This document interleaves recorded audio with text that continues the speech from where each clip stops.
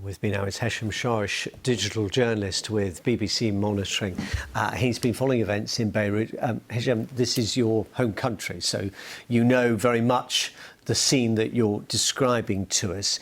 Let's talk a bit about the protests, if we can, first of all. What sort of scale have we seen, and how does it compare with what we've been seeing actually throughout the year, long before this particular explosion? Sure. So this afternoon we've seen a considerable number of protesters gathering in central Beirut, in Martyr Square. It's still not the same number of protesters that we saw last October at the beginning of the protest movement, but it's still a large number. And these are protesters that were earlier involved in the search and rescue operations and the clearance operations, and now have moved to central Beirut to protest. So some of these people have barely left the streets over the last few days. Exactly. They've been out on the streets helping out with the clear-up, and many are angry at the government for the response after the explosions, and are holding the government responsible for the explosions as well. When you talk about the protest movement being long-standing, because of course it's to do a lot with the collapse of the economy, the problems with the currency and so on, would you say the mood has changed between the protests as they began and how they are now in the light of what happened on Tuesday? I mean, what we've seen is, in the beginning of the protests, we saw all segments of society from all regions in Lebanon participating.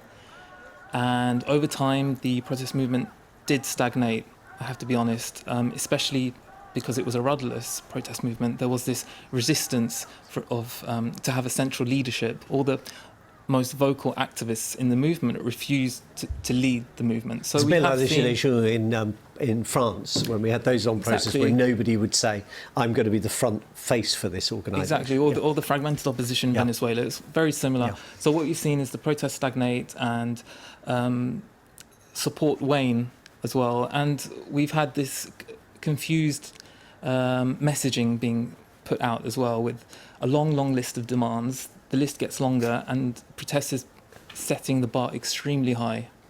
What's been the reporting of these protests this week in local Lebanese media, which presumably has been dominated by both the explosion and then the clear-up operation? Exactly. I mean, the media landscape in Lebanon is extremely lively. There's a lot of media freedom with the domestic media scene, and most of the rhetoric has been very anti-government and critical of the government response. And have government ministers sought to make themselves accountable to that audience? That's part of the problem. They haven't been on the streets. They haven't helped with the clear-up operation. They haven't been amongst the people. So when President Macron came to Beirut on Friday, there was a huge outpouring of support, and the crowds gathered, and people were comparing the response, the government response. So why are we seeing this foreign president and not our own? Exactly. So that made people even angrier. You obviously talk to friends and family back home, and you must have been talking to them a lot since the explosion and hearing their stories. How would you characterise the mood among the people you've spoken to, leaving aside what we're seeing? Because, as always with protests, that only represents, doesn't it, a part of because not everybody will either have the capacity or the desire to go and protest on the streets.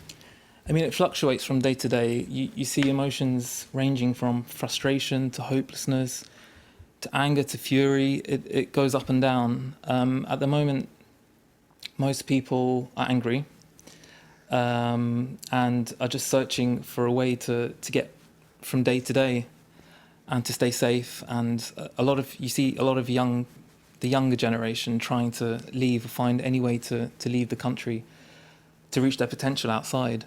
There's a very young and talented, generation of people, of graduates that can't find jobs and are just trying to find any avenue to leave.